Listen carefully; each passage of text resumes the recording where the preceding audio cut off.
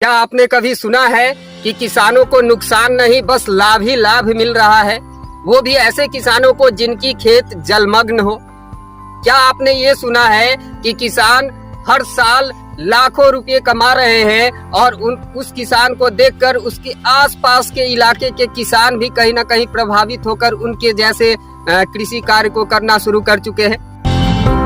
तो नमस्कार दोस्तों, आप देख रहे हैं बिहार वन और मैं हूं वेद प्रकाश। हमारे साथ कैमरा और सहयोग कर रहे हैं केशवेंद्र प्रताप ठाकुर जी।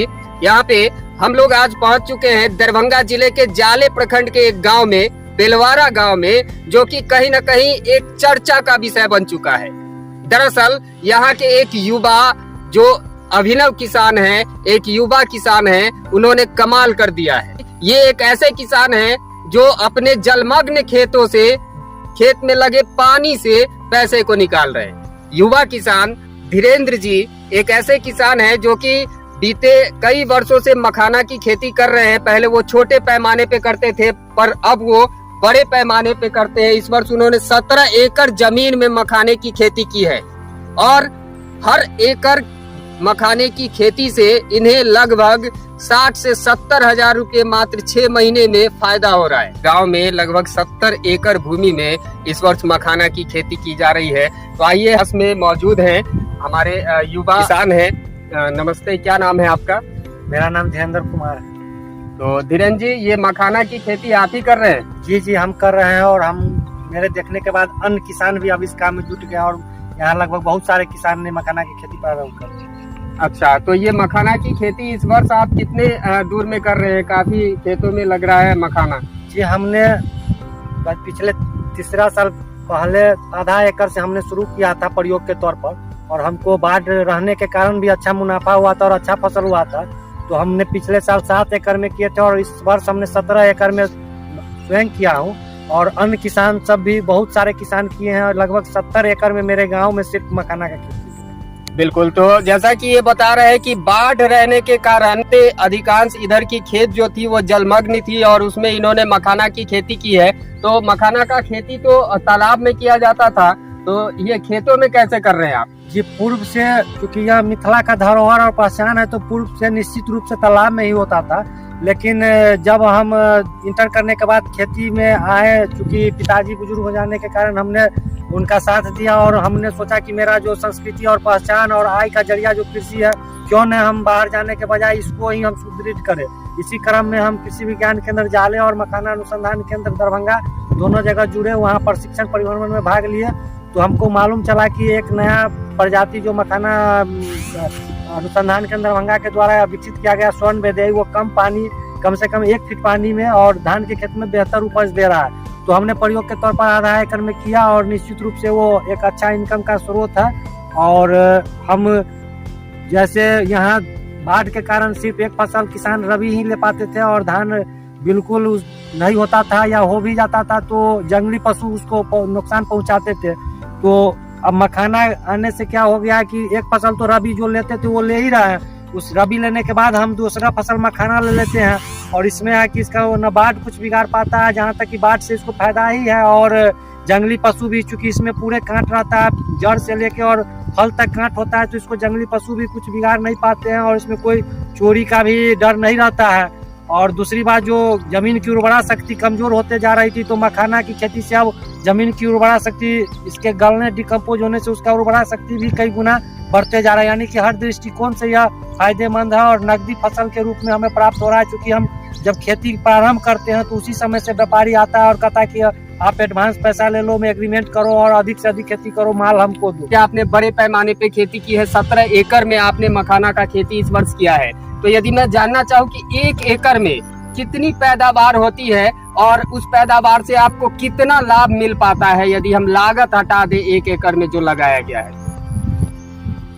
1 एकड़ की बात करें तो हम इसमें लागत लगभग 70 से 75 हजार रुपया आता है, जो रोपाई से लेकर के और उसका हार्वेस्टिंग तक का खर्च आता है। और इनकम की बात करें तो इसमें लगभग 1.5 लाख से 1,60,000 रुपया तक का इनकम होता है। यानी कि शुद्ध मुनाफा अगर हम पूरा खर्च काट करके हटा देते हैं तो भी हमको 70 से 80 हजार रुपया 1 एकड़ से इसमें शुद्ध मुनाफा आ जाता है, वो भी एक फसल रबी लेने के बाद। तो यदि मैं ये कहूँ कि मखाने की खेती करने में कहीं भी किसी प्रकार का कोई नुकसान नहीं है, तो इसमें कोई दो राय नहीं है, क्योंकि जैसा कि अभी अभी हमारे अभिनव युवा किसान धीरेन्द्र जी ने बताया है कि एक तो ये रबी की फसल को निकाल लेते हैं और उसके बाद मखाने की खेती कर पाते हैं। मखाने की खेती जब ये करते हैं तो उससे खेत की उर्वरा शक्ति भी बढ़ती है, साथ ही साथ ये एक ऐसा फसल है जिसे कोई भी पशु नुकसान नहीं पहुंचा पाता। ये भी कहीं ना कहीं बड़ी बात है, क्योंकि हम जानते हैं इस क्षेत्र में प्रायः नीलगाय और जंगली सुअरों का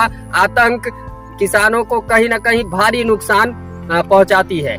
अब बात आती है कि आखिर इन्हें सरकार की ओर से क्या कुछ मदद मिल पा रही है, क्योंकि हाल ही में मैं आपको बता दूं, हाल ही में दरभंगा को मखाना के लिए बहुत ही बेहतर उन्नत जिला के तौर पे कंसीडर किया गया है और यहाँ के जो जिला अधिकारी महोदय हैं उन्हें सम्मानित भी किया गया था कि उन्होंने अपने जिले में मखाना की खेती को विस्तृत रूप देने का प्रयास किया है।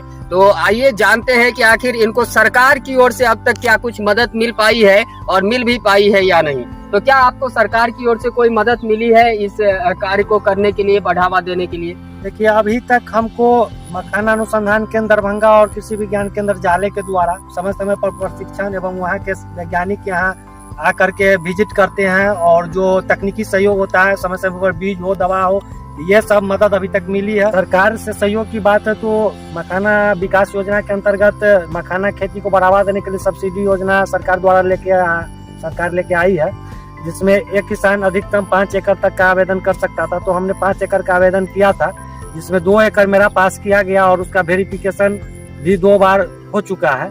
तो अब अभी तक राशि की बात करें तो राशि नहीं मिला है और अभी तक सरकार की तरफ से कोई सहयोग नहीं है। धीरेन्द्र जी, मैं ये जानना चाहूंगा कि जब आपने इस वर्ष 17 एकड़ में मखाना की खेती की है ना?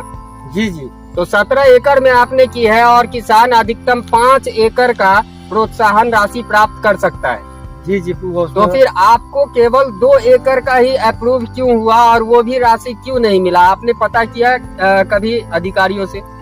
जी, ये हमने जो यहाँ ब्लॉक हॉर्टिकल्चर अफसर है उनसे पूछा था, तो उन्होंने बोले थे कि 5 एकड़ करना था एक किसान को, लेकिन 2-2.5 एकड़ से ज्यादा किसी का आवेदन स्वीकृत नहीं हुआ है, क्योंकि वो उसमें एक लिमिटेशन है कि जिला में इतना ही एकड़ का सब्सिडी साल देना है, तो उसी में हमको सभी किसान को ध्यान रखना होता है, तो इसीलिए वो उस हिसाब से ही सब्सिडी। देखिए कितनी बड़ी बात है, मतलब योजना जो है प्रसारित कहीं से की गई कि योजना में इस स्तर से लोगों को लाभ मिलना है, ये तय किया गया और उसके बावजूद जो स्थानीय स्तर पे अधिकारी हैं अब वो तय कर रहे हैं कि जब 5 एकड़ का लाभ किसानों को प्रोत्साहन राशि 5 एकड़ में मखाना की खेती किए जाने के लिए अधिकतम दिया जाना था, तो अब वो तय कर रहे हैं कि सभी किसान को देना है, इसलिए अधिकतम 2-2.5 एकड़ का ही अप्रूव होगा।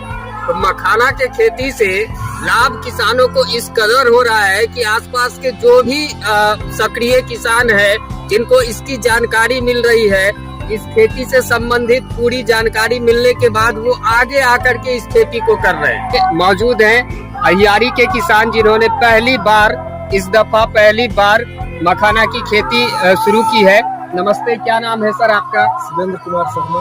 तो शिवेंद्र कुमार शर्मा है और सर के संबंध में मैं और एक जानकारी देना चाहूंगा कि सर एक दैनिक समाचार पत्र के संवाददाता भी है, काफी लंबे समय से दैनिक समाचार पत्र में लिख रहे हैं, कहना कोई गलत नहीं होगा कि एक वरिष्ठ पत्रकार भी है।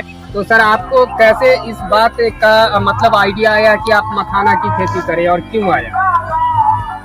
भीलवाड़ा में धीरेन्द्र जी के साथ में इनको किसान अभिनव पुरस्कार मिला, तो हम वहाँ गए थे पूसा जी। वहाँ से इनके बारे में बीच रास्ते में बहुत सारी बातें हुई, इन्होंने बताया। पत्रकारिता के अलावा मेरे पास कोई काम था नहीं, थोड़ा बहुत खेती बाड़ी करते थे।